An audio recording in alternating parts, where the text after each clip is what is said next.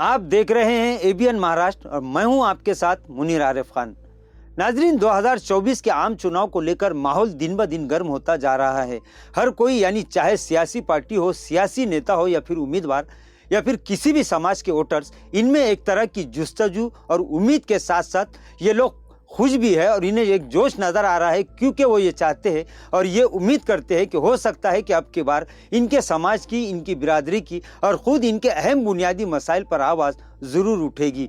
लेकिन जहां पूरे मुल्क की बात की जाए तो वहीं रियासत महाराष्ट्र, जहां पर मुसलमानों की तादाद दूसरे नंबर पर है, यानी महाराष्ट्र में तादाद के लिहाज से मुसलमान दूसरे मकाम पर है और उनके वोट सभी पार्टियों का मुस्तकबिल तय करने की ताकत रखते हैं।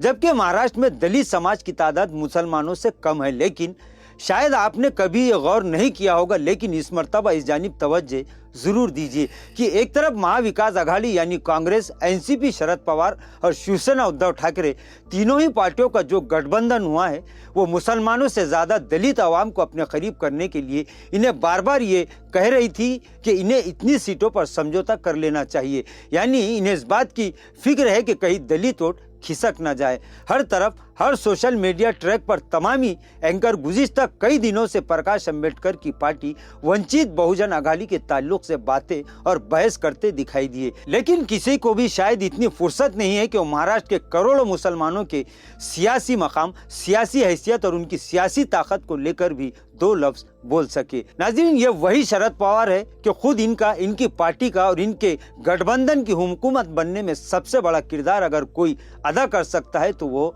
इस रियासत महाराष्ट्र के मुसलमान।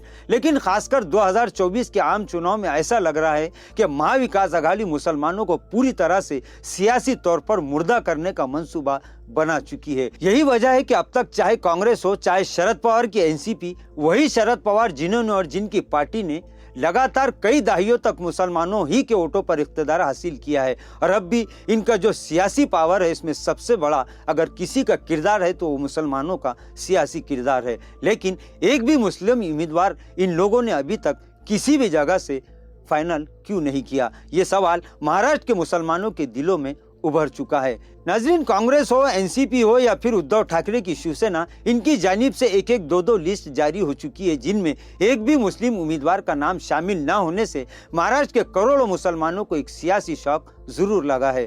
महाराष्ट्र के मुसलमानों का सवाल है कि क्या आबादी के एतबार से मुसलमानों को सियासी हिस्सेदारी नहीं मिलनी चाहिए? क्या मुसलमानों को अपने समाज, अपनी कौम के सियासी, समाजी और तालीमी वाशी मुस्तकबिल के बारे में गौर फिक्र करने और हुकूमत में शामिल होकर इनकी फलाह और बहबूद के लिए कुछ करने की क्या जमहूरियत में इजाज़त नहीं है? जमहूरियत ने इसकी इजाज़त दी है, लेकिन ये सियासी पार्टियां इस इलेक्शन में खास तौर पर यह देखा जा रहा है कि मुसलमानों को यकसर नज़रअंदाज करने के मूड में है।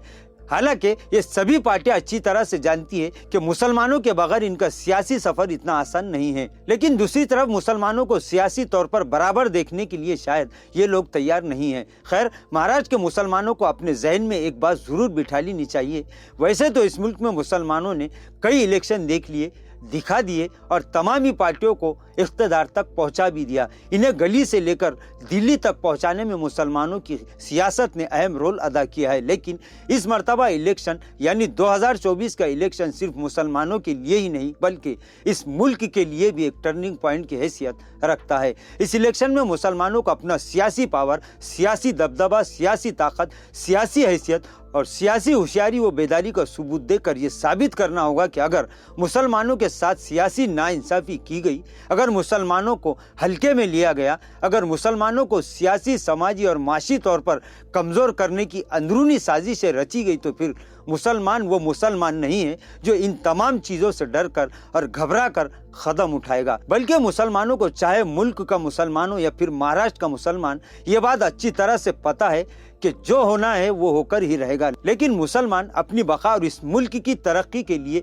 हर वो कदम उठाने के लिए आज़ाद है जिसकी जमहूरियत और लोकशाही और हमारे दस्तूर ने इन्हें इजाज़त दी है। बहरहाल, महाराष्ट्र की तमामी सियासी पार्टियों, सियासी पुढ़ारियों और सियासी पंडितों से महाराष्ट्र का मुसलमान ये गुहार लगा रहा है, बल्कि दो टोक अल्फाज में ये चैलेंज कर रहा है कि अब भी वक्त है। ये इलेक्शन सिर्फ मुसलमानों के लिए और तमामी समाजों के लिए नहीं बल्कि इस मुल्क की तमामी नाम निहाज सेकुलर सियासी पार्टियों के लिए भी काफ़ी अहम है। अगर ये सियासी पार्टियाँ अपनी सियासी बका चाहती है तो फिर महाराष्ट्र में दूसरे नंबर पर रहने वाले मुसलमानों को सियासी तौर पर इनका सियासी हिस्सा और सियासी बराबरी देने के लिए अभी फौरन कोई मंसूबा और लाहे अमल बना ले, वरना इस भ्रम में ना रहे कि मुसलमान बीजेपी या दिगर फिरका परस्त सियासी पार्टियों और हुक्मरानों से डर जाएगा, बल्कि मुसलमान का ईमान और अकीदा तो बस यही है कि ऊपर वाले की मर्जी के बगैर पत्ता भी नहीं हिलता।